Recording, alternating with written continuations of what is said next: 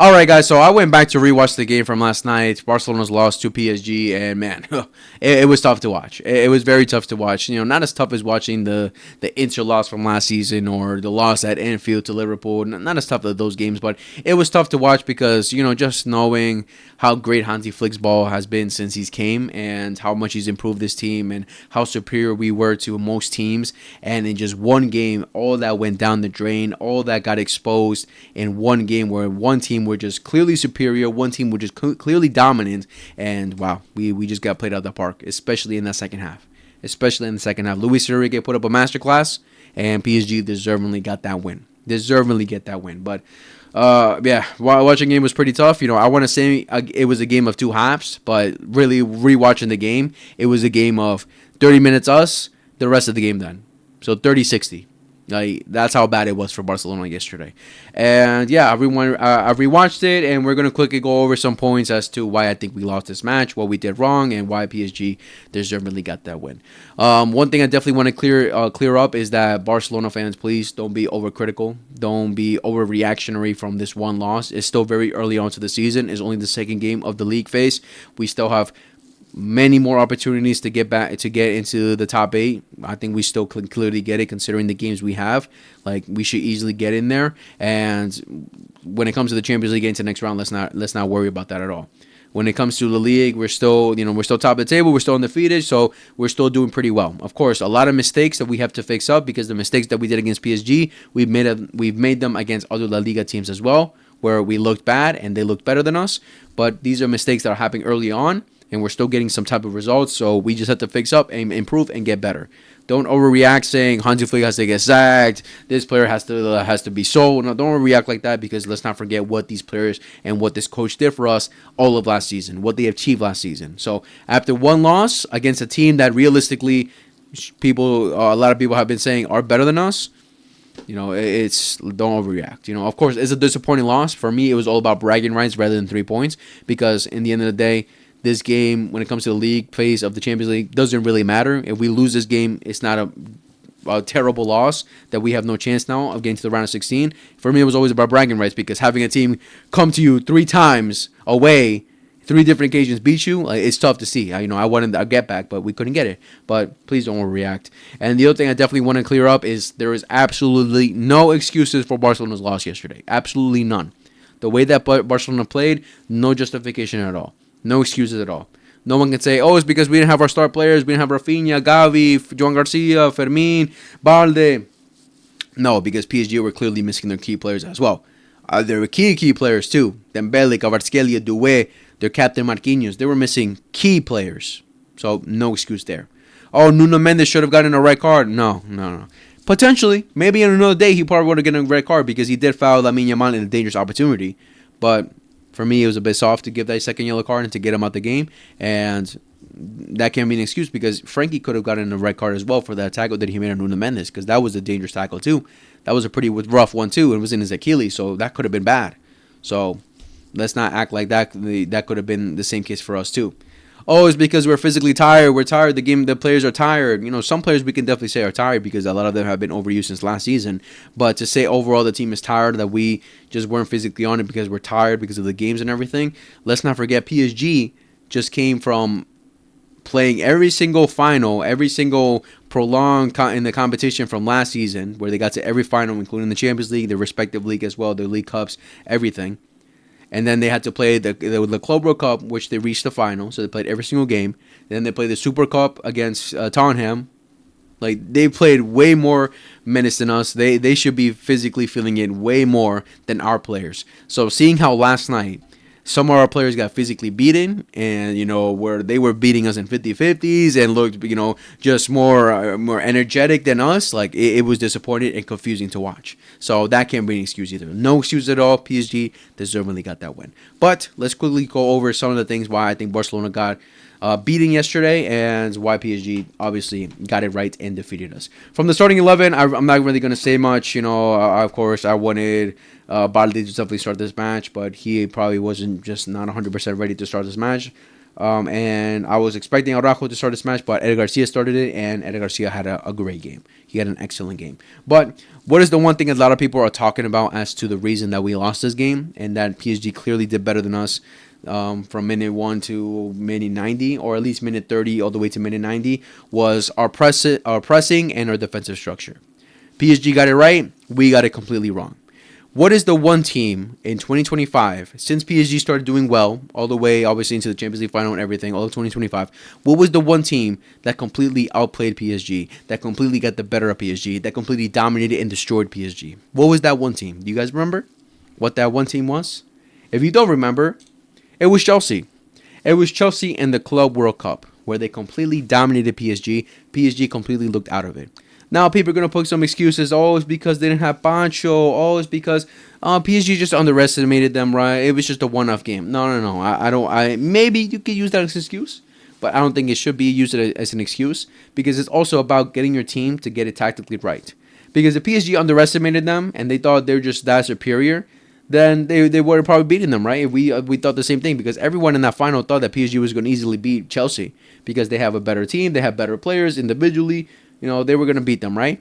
But Enzo Maresca, he put up a masterclass against Luis Enrique's PSG side. And what were the things that he got right? His defensive structure and his pressing. His pressing. That's what he got right. What I mean from the pressing.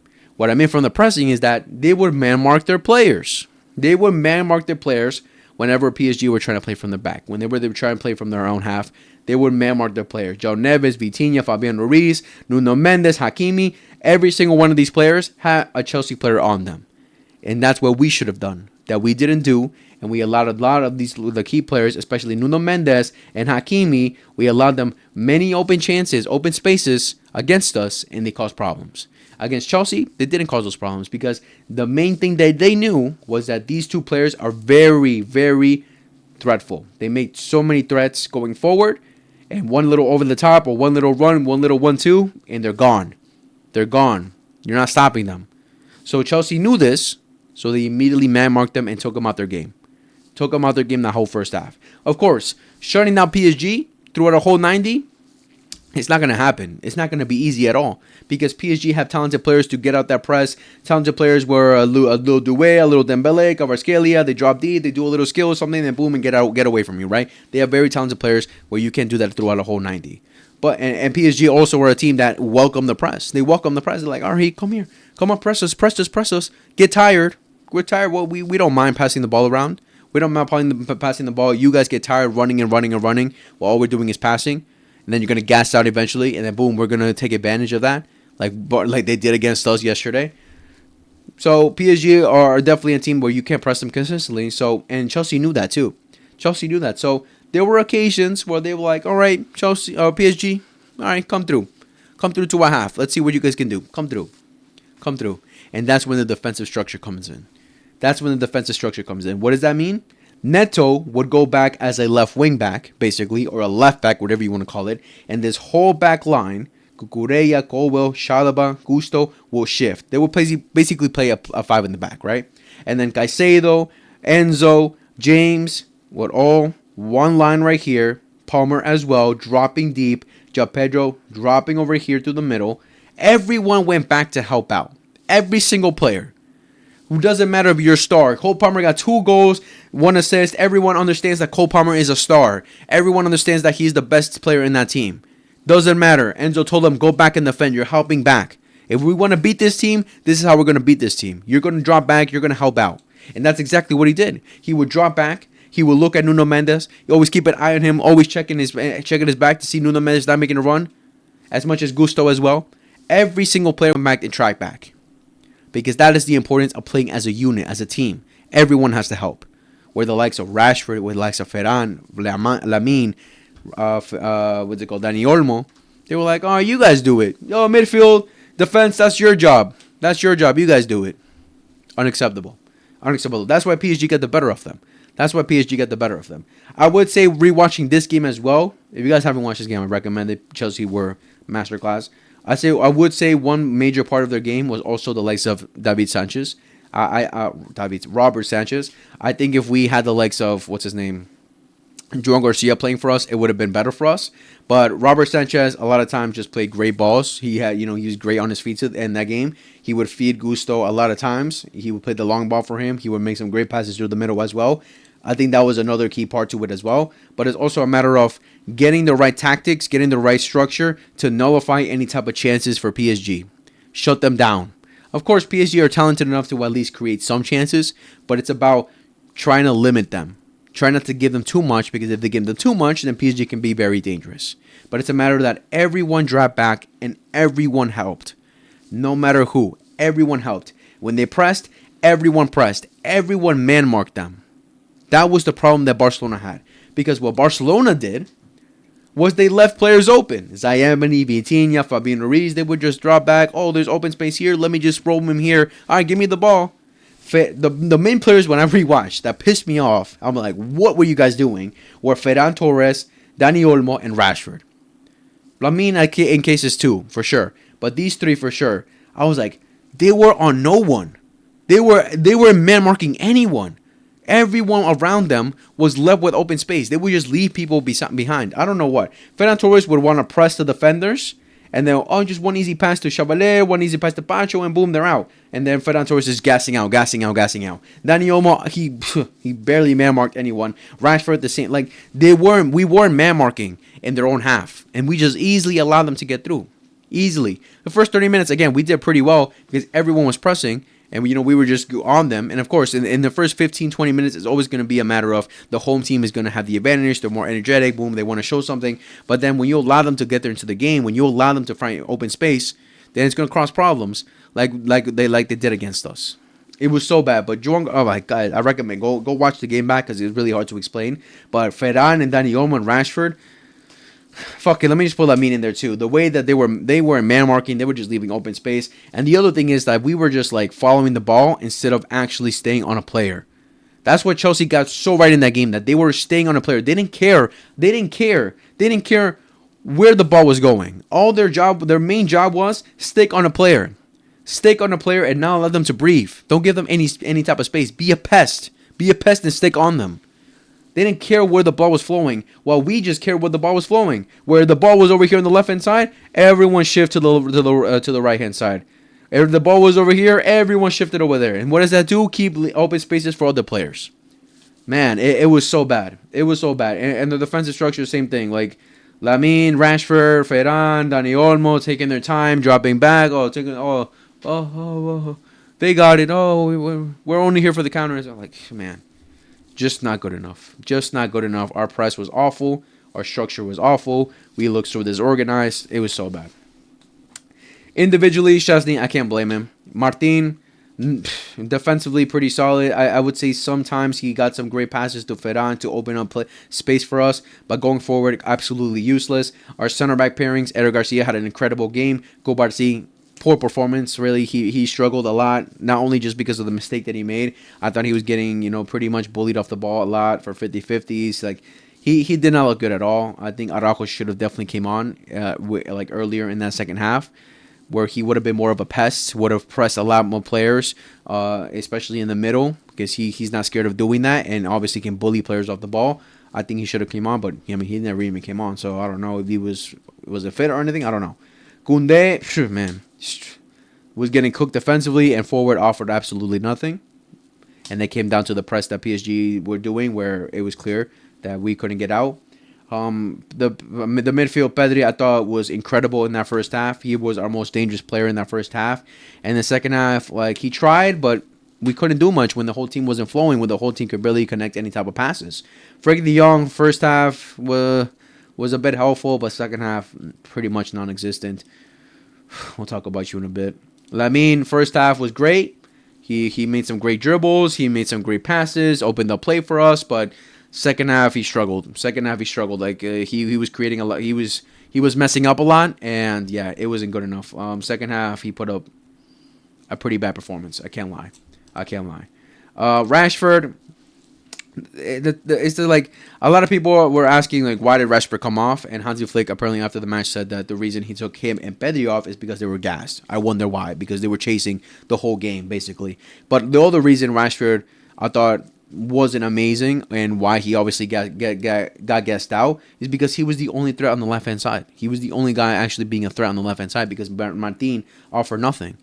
And why can Rashford not do anything for you going forward? Because I think Rashford pretty much rewatching that game only made like one successful dribble, only got through once where he actually looked like he was about to create a dangerous chance. Besides that, Zabarni and Hakimi took him off his game pretty easily. Because you can't just rely on pace, which Rashford does a lot. You need to be a little bit more skillful, a little bit more, tricky, like Lamine is on the right-hand side. Because with Lamine, if Koundé is not having it, we already know Lamine can do it himself. But Rashford, when he's not on it, he needs support. And Martin was no support at all. That's why if Balde was playing, it would have been a different story because Hakimi and Zabarni easily shut him down. Easily. Again, going back to the Chelsea and PSG game, the reason they were easily flowing too is because Malo Gusto is so good on the ball, so good at dribbling, very skillful as well.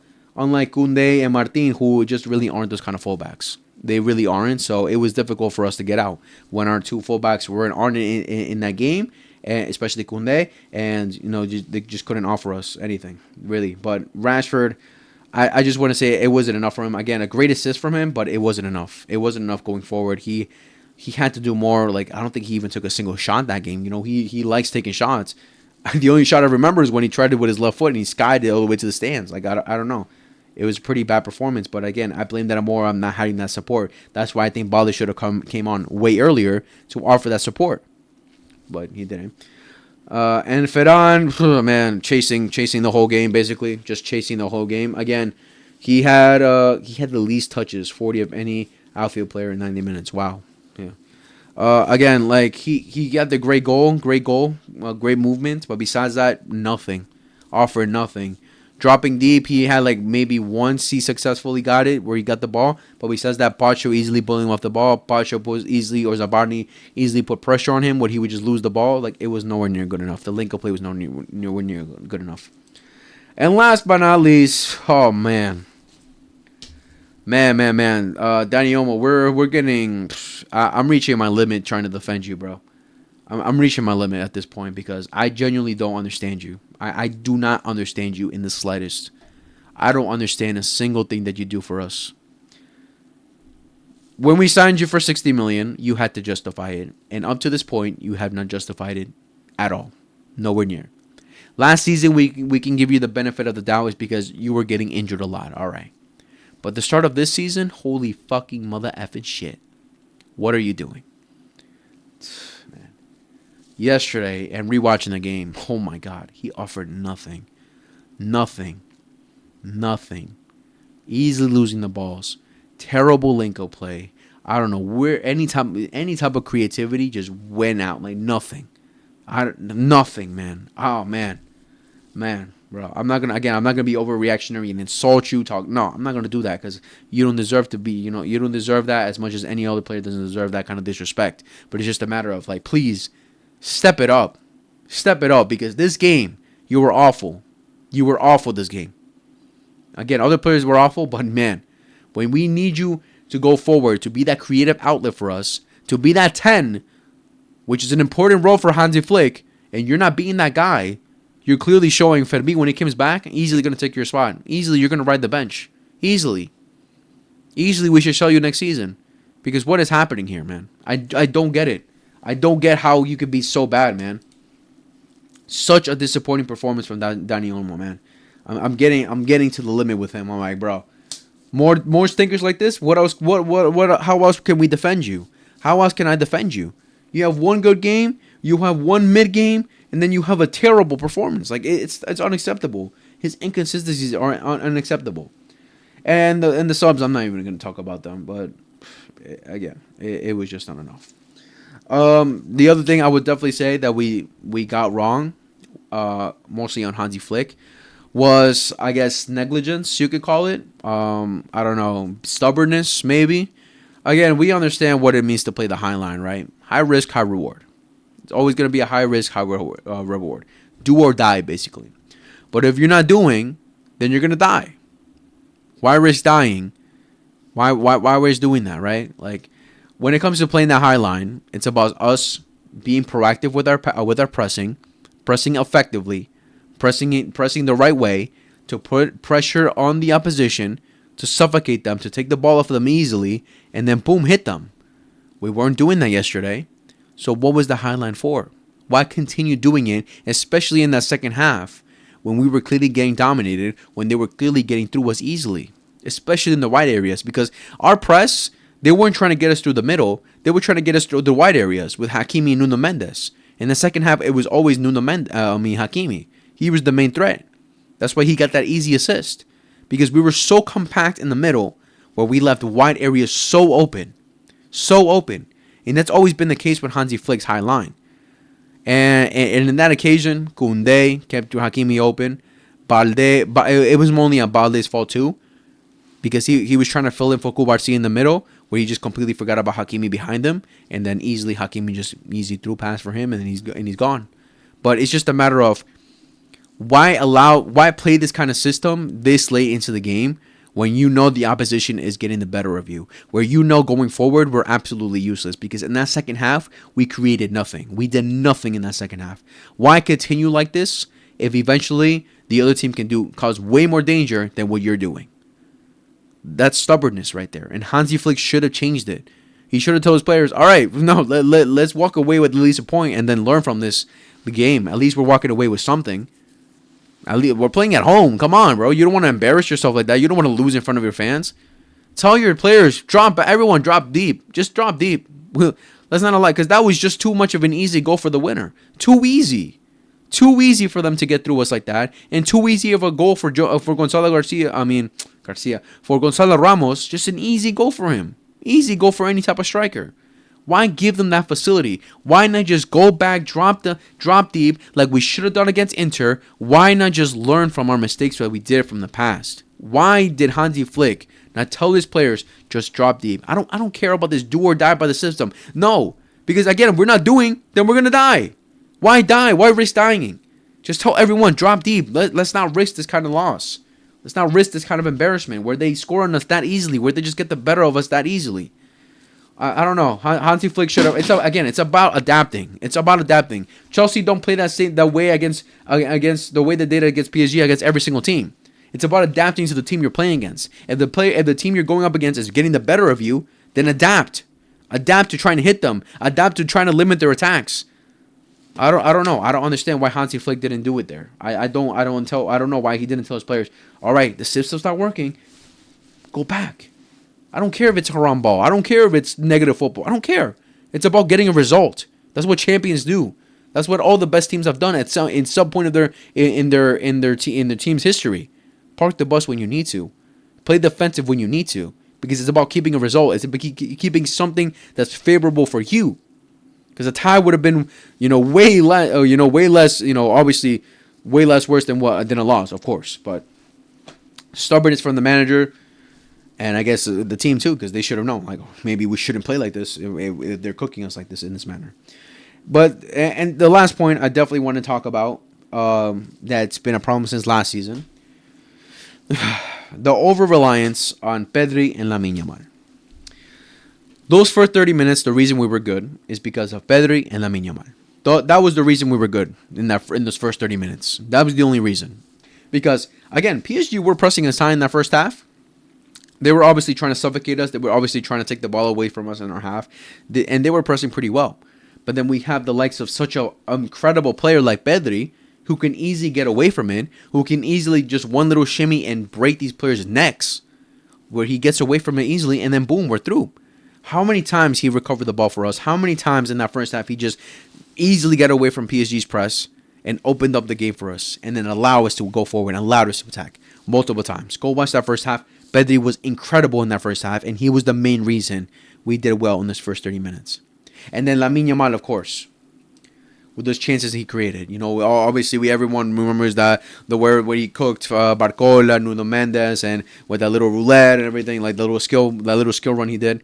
But the amount of open chances, that Travella pass he made to Ferran Torres, the through passes he was making for Koundé and Dani Olmo to push forward into their box, he was incredible the first half. And the second half, they were shut down because the rest of the team was shut down. They couldn't do much. PEDRI tried again. He tried in that second half. He tried to push us forward. But if he's the only one trying to do it and no one else is helping, no one else is on it, can't really do much. You can't really tell him to do everything, right? You can't do it. You can't tell him to do everything. And Lamine, again, the second half, he just wasn't good, honestly. Like, when he had the ball, really didn't catch much of a threat. But again, it's just the over reliance on these two, where the rest of the team weren't good enough, and it was a problem since last season, because we all understand, because this is why everyone, when everyone was saying, especially neutrals, when we were saying, like, why did you support Lamine Yamal over Rafinha, it's because we understood throughout a whole 90 minutes, Lamine would always put up the better performances. We understood throughout the whole season, Lamine Yamal was the main guy for us. He was the main guy, always stepping up. Because there were moments where Rafinha was non-existent. There were moments where Rafinha was putting up stinkers. I would say after the international break, where they lost to Argentina, when they got embarrassed to Argentina, of course, Rafinha was getting killed for it because of what he said before the match. After they came back from international break, Rafinha was putting up stinkers. He was putting up bad performances. He would get a goal, a GA here and there, but he was putting up bad performance throughout the whole 90, while Lamine Yamal was always consistently good for us. That's why we recognized that Lamine Yamal should have deserved it, because he was always on it every single game last season. Every single game he was always on it. I could probably remember two, maybe max two, throughout a whole season where he was like, he was out of it. Where Rafinha, I remember a couple. More than two for sure. That's why. Because Lamine Yamal is always on it. And when all else is lost, give the ball to him. It's like when Messi was playing for us. Of course, I'm not comparing them. But it was like when Messi was playing for us. When all else was lost, when no one else was doing anything, here, take the ball. Do something for us. Please help us. It's the same thing with Lamine. The same thing with Lamine last season. Overly reliant on him.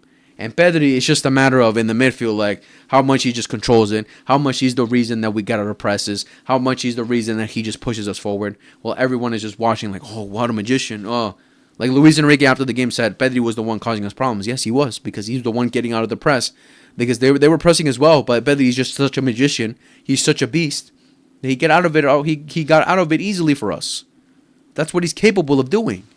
But we can't be overly reliant on him when the rest of the team is just watching. Oh, beautiful, Pedri, beautiful. I mean, God, thank you. Thank you for helping us.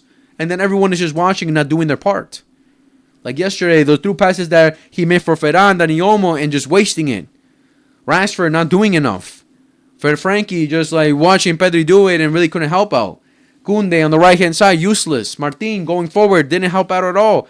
Like, it's just like a matter of, we can't be over-reliant on these guys. And I think it would have been the same case if Rafinha and Fermin were still playing. Like, we still would have been reliant on them.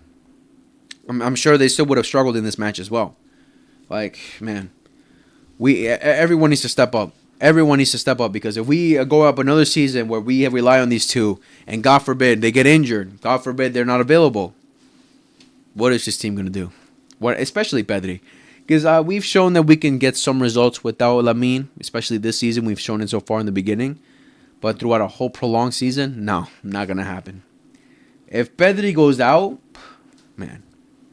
If Pedri goes out this season somehow, I pray to the gods, knock on wood, it doesn't happen. Knock on motherfucking wood. If Pedri goes out somehow this season, it's over for us. It's over for us. No one is offering what Pedri offers. Not a single player on planet Earth. Fix up, Barcelona. Fix up. Everyone, fix up. Hansi Flick, fix up, please. Again, I'm not going to be too overcritical. Go crazy on them. It's early on the season, but clearly mistakes were made, and clearly things need to be fixed now rather than later, right? So, yeah, guys, that was the video for today. I hope you guys somewhat enjoyed. Make sure to like, subscribe, favorite, hit the notification bell for every time you upload. Share to your friends that love FIFA. Fuck FIFA. Football. And I'll see you guys in the next video. Whatever that is. Much love. Take care. Peace.